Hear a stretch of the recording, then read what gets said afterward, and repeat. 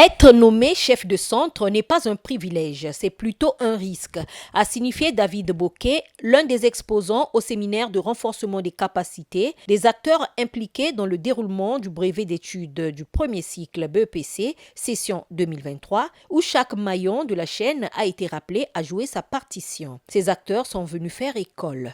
Le chef de centre, il est le maître. C'est lui qui a toutes les manettes.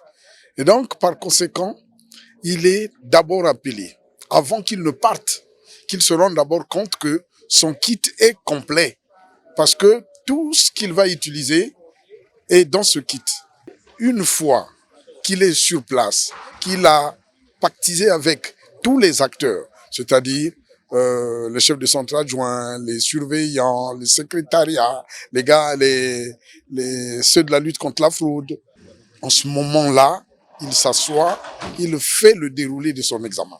Du premier jour jusqu'au dernier jour, jusqu'à ce qu'il rentre. Le ministre de l'enseignement préscolaire, primaire, secondaire et de l'alphabétisation a donné des orientations concernant le fonctionnement efficient du système éducatif congolais. Nous allons supprimer les dérogations.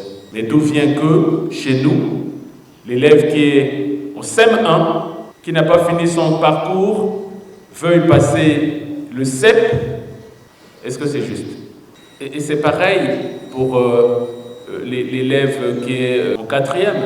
Il n'a pas fini son parcours et il veut faire le BEPC en 4e.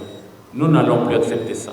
Entre autres points cruciaux, Jean-Luc Moutou a recommandé aux chefs des centres de ne point égarer, sinon oublier, de se munir des clés des malles, ce qui met souvent à mal la sécurité des sujets exposés tout d'un coup à la fraude pour avoir fait sauter la serrure.